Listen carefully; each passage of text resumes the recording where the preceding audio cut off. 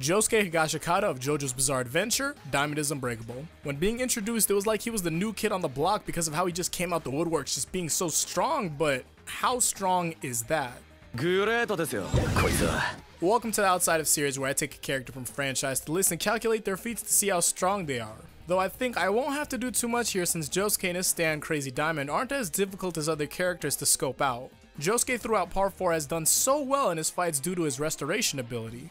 And while I could go on and talk about how much I love that he isn't power circulated, this isn't the video for it. So let's go over the strength of Josuke and his Crazy Diamond. So the first thing I want to go over is probably the best thing that we have on Josuke and Crazy Diamond because it sets them up for so much more than what he's portrayed to be in the show. It's also one of the feats to where there's a lot to investigate since there's so many ways of approaching it. This is referring to when Crazy Diamond had overpowered Star Platinum.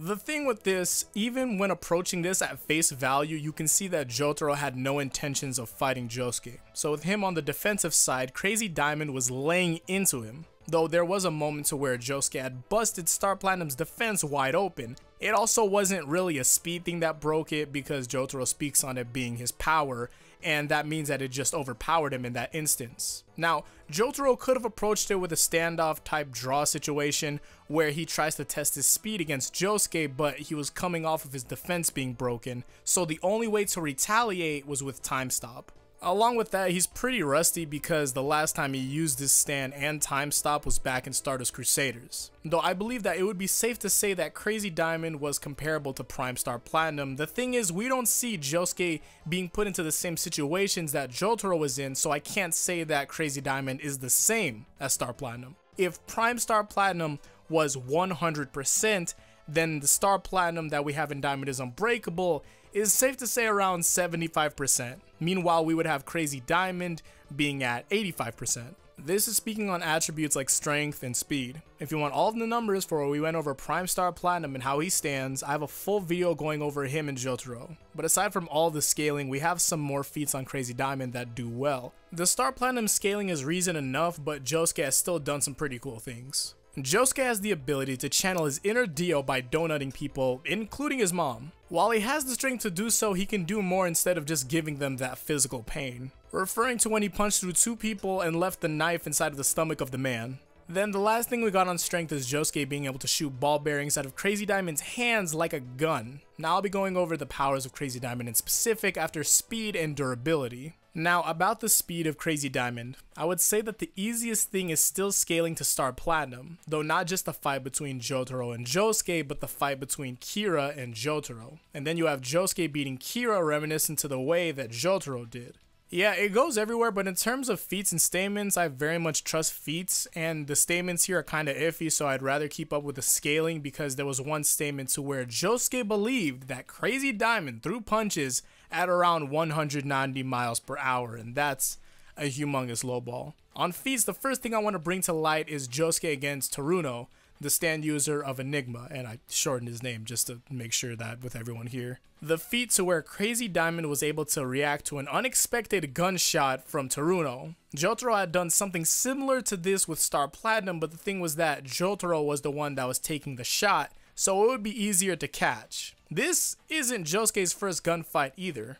Going back to early DIU to the fight between him and Keicho Nijimura with his stand Bad Company. While trying to manage Koichi being dumb at the moment, Josuke had to fight against every unit of Bad Company at once. Bad Company, while being a small army, they definitely carry the power to take out anyone that can't contest with their strength and speed of the stand. Josuke was able to contest with every bullet and missile being shot, but the pushback from it all had him blow back through a wall. Though this was only due to Josuke not taking it as serious because Keicho wasn't even originally shooting to kill. Even after all of that, he was casually walking through the gunfire because none of it was faster than Crazy Diamond. And well, he got landmined and all of that, but he still won the fight, outwitted him and all that. So for the last one, there's Red Hot Chili Pepper versus Crazy Diamond. Regular Red Hot Chili Pepper isn't anything to Crazy Diamond, but this was when Chili Pepper was being powered up by the electricity of Morio. Even when being ridiculously enhanced by electricity, Chili Pepper wasn't outspeeding Crazy Diamond. If anything, Crazy Diamond was matching it blow for blow, though The strength of Chili Pepper is what was able to push back Josuke's flurry of punches, the whole dorarara, and, well, that's it for speed. For durability, we can refer to the fight we had just mentioned and what had taken place after Chili Pepper landed a hit on Crazy Diamond, keeping in mind how strong Chili Pepper is.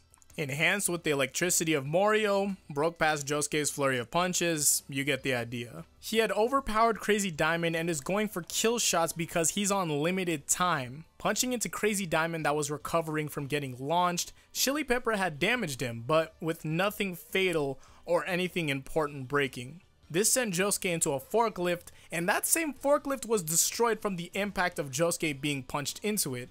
At this point, we can believe that Crazy Diamond is a stand like Star Platinum to where it can take what it dishes out, and even more at times. That's going to be it on durability, so now we can go over Crazy Diamond's restoration. So there's a lot to go over on what Josuke can do and what he had done, but what I'm going to be mentioning is the most important ones here, and there's a lot. Changing facial structures, but that was when he went Berserker Josuke, but regardless, he's able to do so.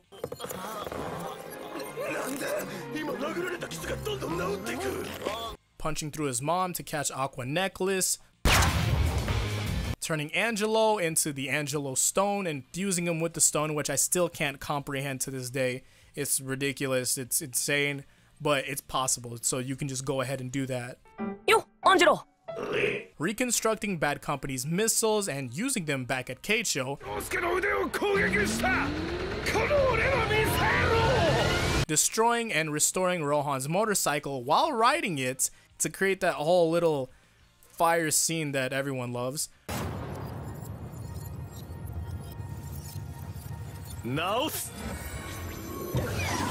Restoring energy back to where it was output.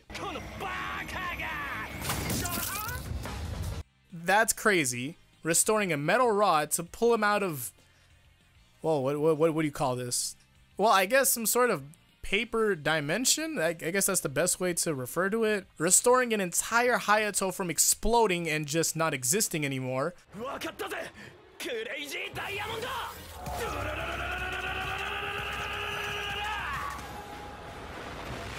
Restoring the debris in his wound to move himself backwards. Bloodblade, which he does with the boy hand, you know, just boy, like doing that.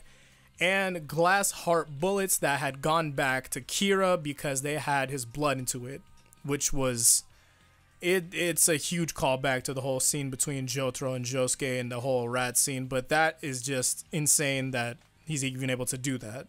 Finishing it all off, Josuke is one of the smartest stand users that we see, but he's also working with a stand with an ability better than a lot.